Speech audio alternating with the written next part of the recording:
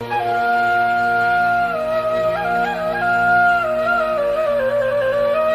رحاب القرآن. في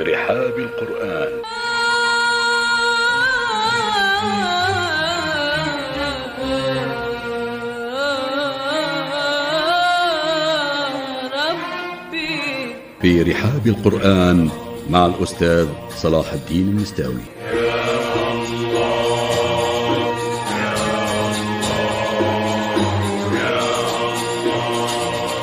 أيها المستمعون الأكارم، السلام عليكم ورحمة الله وبركاته. يقول الله تبارك وتعالى بعد أعوذ بالله من الشيطان الرجيم: بسم الله الرحمن الرحيم. تبت يدا أبي لهب وتب، ما أغنى عنه ماله وما كسب، سيصلى نارا ذات لهب وامرأته حمالة الحطب في جيدها حبل من مسد. صدق الله مولانا العظيم. هذه السورة من السور المكية، وفيها تنصيص على شخص بعينه هو أبو لهب وامرأته من أهل مكة.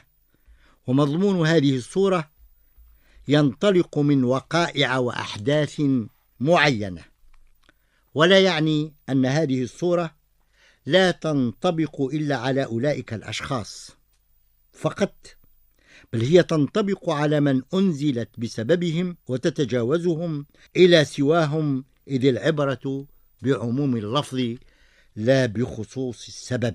وسبب نزول هذه السورة كما جاء في الصحيحين وغيرهما في صحيح مسلم عن ابن عباس رضي الله عنهما قال: لما نزلت وأنذر عشيرتك الأقربين، خرج رسول الله صلى الله عليه وسلم حتى صعد الصفا فهتف: يا صباحاه. فقالوا: من هذا الذي يهتف؟ قالوا: محمد صلى الله عليه وسلم. فاجتمعوا إليه فقال: يا بني فلان، يا بني فلان، يا بني فلان، يا بني عبد مناف، يا بني عبد المطلب. فاجتمعوا إليه فقال: أرأيتكم لو أخبرتكم أن خيلا تخرج بسفح هذا الجبل أكنتم مصدقية؟ قالوا: ما جربنا عليك كذبا. قال: فإني نذير لكم بين يدي عذاب شديد. فقال أبو لهب: تبا لك، أي جمعتنا إلا لهذا؟ ثم قام فنزلت هذه السورة: تبت يدا أبي لهب وتب، إلى آخر السورة. وزاد الحميدي وغيره: فلما سمعت زوجة أبي لهب ما نزل في زوجها وفيها من القرآن الكريم، أتت رسول الله صلى الله عليه وسلم وهو جالس في المسجد عند الكعبة، ومعه أبو بكر رضي الله عنه، وفي يدها فهر، الحجر المليء الكف، ملء الكف، وقيل الحجار مطلقا.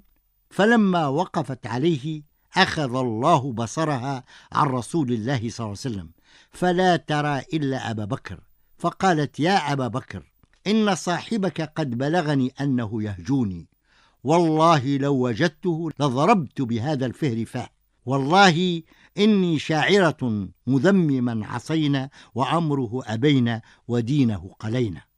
ثم انصرفت فقال أبو بكر: يا رسول الله، أما تراها رأتك؟ قال: ما رأتني، لقد أخذ الله بصرها عني. وكانت قريش إنما تسمي رسول الله صلى الله عليه وسلم مذمما، أي يسبونه، وكان يقول: ألا تعجبون لما صرف عني من أذى قريش، يسبون ويهجون مذمما وأنا محمد. وقيل إن سبب نزولها ما حكاه عبد الرحمن بن زيد أن أبا لهب أتى النبي صلى الله عليه وسلم فقال: ماذا أعطى إن آمنت بك يا محمد؟ فقال: كما يعطى المسلمون. قال: ما لي عليهم فضل؟ قال: وأي شيء تبغي؟ قال: تبا لهذا من دين أن أكون أنا وهؤلاء سواء. فأنزل الله تعالى فيه: تبت يدا أبي لهب وتب. ذلك ما أورده القرطبي في تفسيره لهذه السورة، وأورد غيره مما لا يتسع المجال له. تبت بمعنى خسرت وخابت وضلت وهلكت. تبت يدا يمكن أن تكون دعاء أهلكه الله أبي لهب، وهي كنيته واسمه عبد العزى، وكان أهله يسمونه أبا لهب لتلاهب وجهه وحسن إضافة الله إلى اللهب.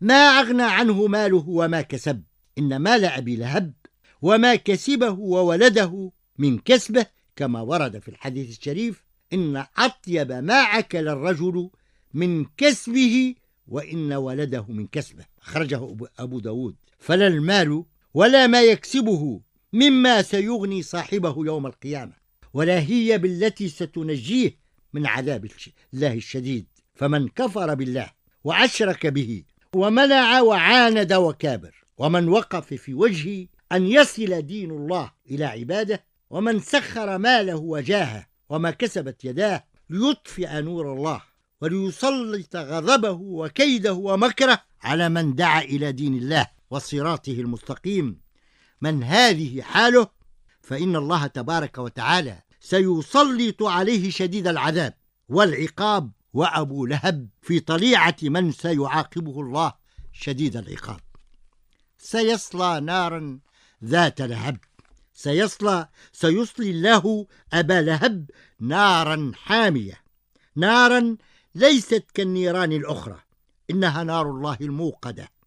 وامرأته حمالة الحطب، وامرأة أبي لهب أم جميل، قال ابن عربي: العوراء أم قبيح، وكانت عوراء. حمالة الحطب حقيقة ومجازا.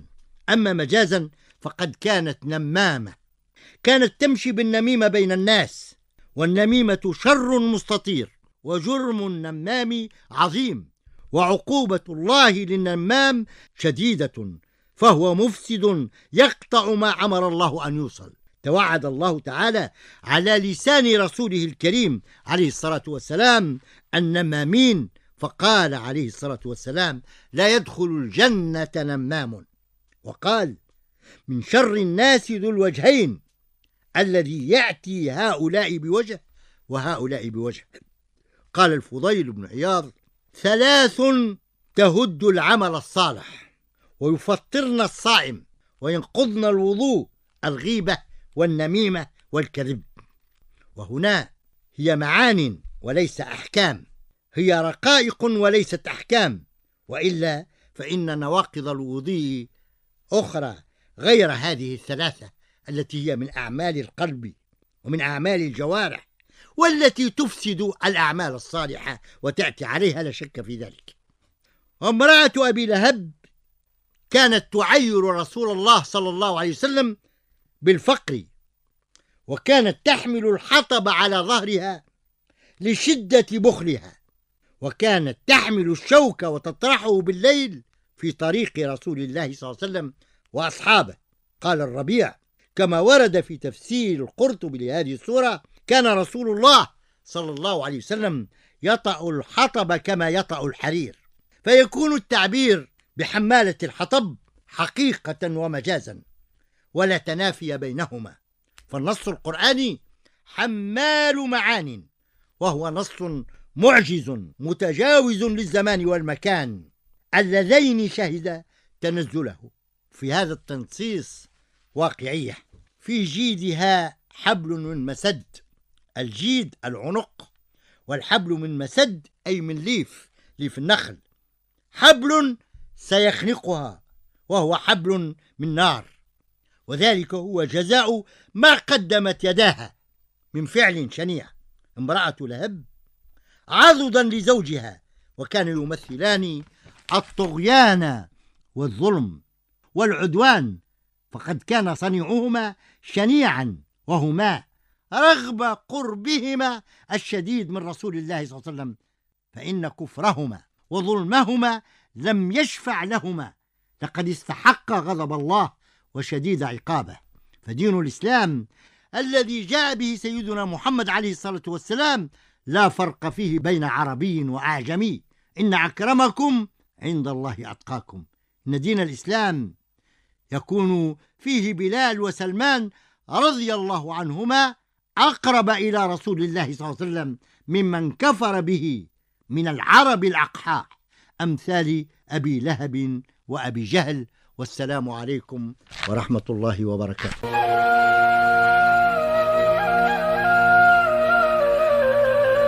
في رحاب القرآن، في رحاب القرآن.